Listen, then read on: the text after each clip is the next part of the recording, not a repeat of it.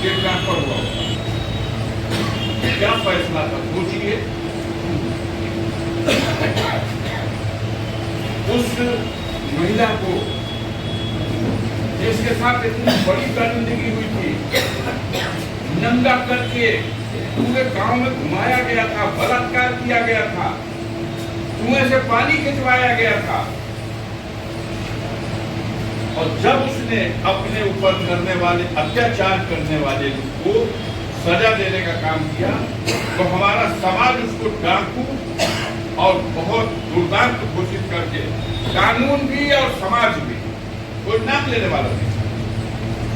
कितना बड़ा जोखिम था जब मुलायम सिंह यादव ने फैसला लिया था कि पूरन देवी का इसे जेल से रिहा करो, आगे की सारे मुकदमे वापस, और इसको देश की सबसे बड़ी पंचायत में लोकसभा में भेजने के लिए पार्टी ने टिकट देकर के चुनाव लड़ाया और मिर्जापुर से बहुत बड़े सामंतवादी को हरा करके और देश की सबसे बड़ी पंचायत में भेजा। एक बार नहीं, दोनों बार पूनम देवी पार्लियामेंट में गई। तो उनके कुछ फैसले बेजोड़ हैं जिनका कहीं कोई किसी से मुकाबला नहीं किया जा सकता, कोई जोड़ नहीं लगा सकता कि वो क्या कर सकते थे। वही घटना जो घटी आज के प्रसंग में, घटना का मतलब नहीं है, लेकिन मैं नहीं समझता हूं कि धरती पर कोई दूसरा भी व्यक्ति था जो इतना बड़ा साहस उठाता। जब अयोध्या में बाबरी मस्जिद पर लोग चढ़े थे गिराने के लिए, तो मुलायम सिंह के सामने सवाल आके खड़ा हुआ कि देश का संविधान बचेगा कि नहीं बचेगा। मेरी सरकार चली जाए तो देश की परवाह नहीं, लेकिन संविधान बचाने के लिए उन्होंने उन कानून तोड़ने वालों के खिलाफ सख्त कार्रवाई की, गोली चलाई। हत्यारे कहे गए। दुनिया में जितनी गंदी से गंदी गाली है मुलायम सिंह को दी गई, लेकिन जितना उनके बारे में बुराई बतियाई गई उतना कद उनका बड़ा होता था। ये तो उत्तर प्रदेश है, हम तो बंगाल जाते थे। बंगाल में लोग मुरीद थे मुलायम सिंह के फैसलों। ये लाल टोपी, ये लाल गमछा, और ये नहीं, अभी आ रहे हैं, में तो फोन कर रहे हैं आपको।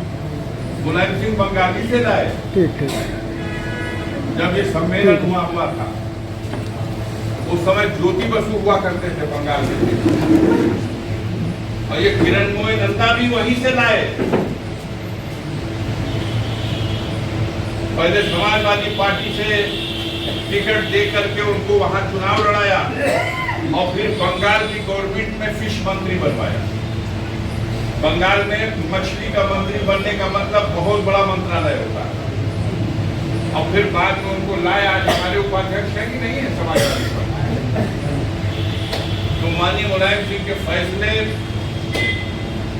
बहुत बड़े बड़े फैसले, बड़े साहस के साथ, वो कभी पछताते नहीं थे। हम अपने व्यक्तिगत जीवन पर उतरेंगे तो इतनी कहानियां हैं कि बताए नहीं सकते, और हम व्यक्तिगत रूप से ऋणी हैं उनके, क्योंकि उन्होंने हमेशा संकट की घड़ी में मेरा साथ दिया। 1992 में जब भाजपा की सरकार में मेरे घर पर चढ़ाई करके मेरा सारा घर बार लूट लिया गया था, मेरे पिता तक को मारा गया था। उस वक्त यही लंका के मैदान में जब आवाहन हुआ था इस जुल्म और अत्याचार के खिलाफ लड़ाई करने के लिए, तो जो रैली हुई थी उसमें देश का दो ही नेता आए थे। एक सुहासिनी अली आई थी कम्युनिस्ट पार्टी की, मार्क्सवादी कम्युनिस्ट पार्टी के लिए, और दूसरा माननीय मुलायम सिंह यादव आए थे, और आकर के उन्होंने कहा कि यह जुल्म के खिलाफ संघर्ष में हम आपका साथ देंगे और हमारे लोग आपका साथ देंगे।